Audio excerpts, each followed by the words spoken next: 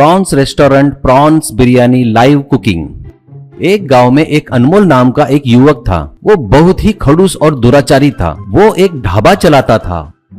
उसके ढाबे में काम करने वालों को 1 मिनट का भी आराम नहीं देता था। वो हर काम उनको बताता था।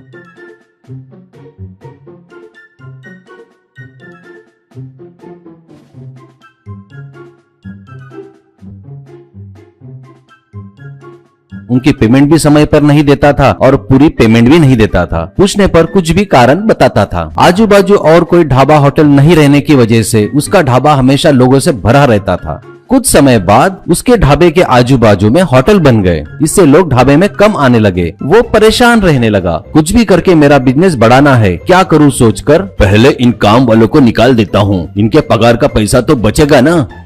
ऐसा करके सभी को काम से निकाल देता है। अब आने वाले 1-2 कस्टमरों को वो अकेला ही सर्व करने लगता है।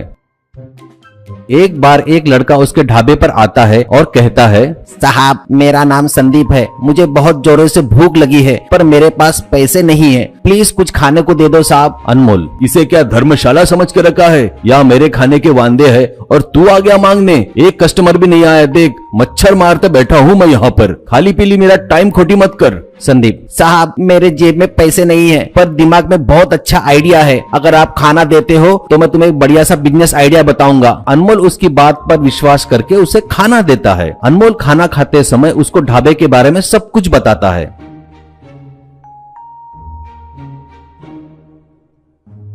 संदीप, साहब आपके ढाबे के आजू बाजू बहुत होटल आ गए हैं पर लोगों को हमेशा कुछ नया चाहिए। हाँ, मैं आपको एक आइडिया बताऊंगा, तुम्हारा हाथ भी बटाऊंगा क्योंकि तुम्हारे पास कोई काम करने वाला तो है नहीं, पर मुझे इसमें हिस्सा देना चाहिए आपको। ये सुन अनमोल मन ही मन सोचने लगा, पहले इसे सुन लेता हूँ, अपने काम का हुआ तो इसे भगाना धोखा देना कोई बड़ी बात नहीं। अनमोल, ठीक है, तुम्हें 10% का हिस्सा दूंगा और काम करने के बदले में 10,000 रुपए दूंगा। ये सुन संदीप, आहा आप कितने अच्छे हो साहब, आपका दिल कितना बड़ा है, कहकर अपना पूरा प्लान बताता है। हम लोग प्रॉन्स की लाइव कुकिंग करेंगे, अपने ढाबे में टाका बनाकर उसमें प्रॉन्स डालेंगे। आने वाले कस्टमरों को उनके सामने टाके में से जो वो लोग प्रॉन्स बोलेंगे वो निकालकर प्रॉन्स बिरयानी बनाएंगे और सभी प्रॉन्स से बनने वाले आइटम बनाकर खिलाएंगे। बस हमें चूल्हे के नजदीक टाके बनाने होंगे, बस ये काम हम दोनों मिलकर आराम से कर लेंगे।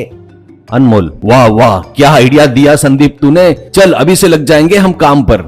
और दोनों टाका बनाते हैं और उसमें प्रॉन्स और उसके बच्चे लाकर डालते हैं और उन्हें चारा देते हैं।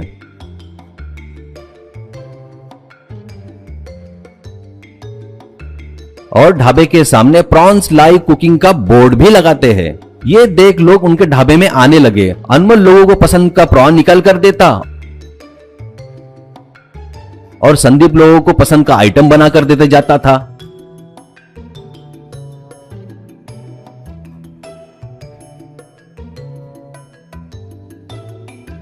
ऐसे उनका ढाबा काफी फेमस हो गया और लोग भी बहुत ज्यादा आने लगे।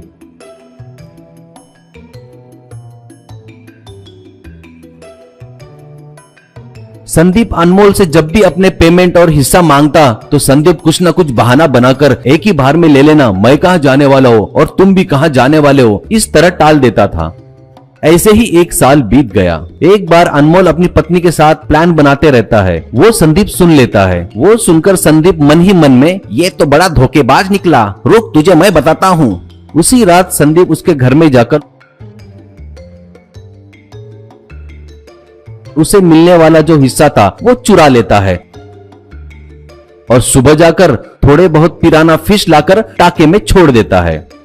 और जैसे कुछ हुआ ही नहीं वैसे संदीप जाकर अनमोल से अपना हिस्सा मांगता है। तभी अनमोल, कौन सा हिस्सा, कैसा हिस्सा भाई, कुछ भी नहीं मिलेगा, तेरी पेमेंट भी नहीं देता, जा तेरे से जो बनता है वो कर ले, रहना है तो रहे वरना निकल यहाँ से, ऐसा कहता है। संदीप, ठीक है साहब कहकर वहां से चला जाता है। तभी एक कस्टमर आता है और एक प्रॉन्स बिरयानी का ऑर्डर करता है। जैसे ही अनमोल प्रॉन्स को पकड़ने के लिए टाके में हाथ डालता है, पिराना फिश उसके हाथ को काटता है। वो हाथ बाहर निकालने पर भी वो फिश उसके हाथों को नहीं छोड़ता। अनमोल दर्द के मारे चीखता चिल्लाता है, अरे बाप रे, मार डाला रे, बचाओ रे भगवान, बचाओ, बचाओ रे कोई बचाओ। ये देख संदीप बहुत हंसता है और वहां से चला जाता है।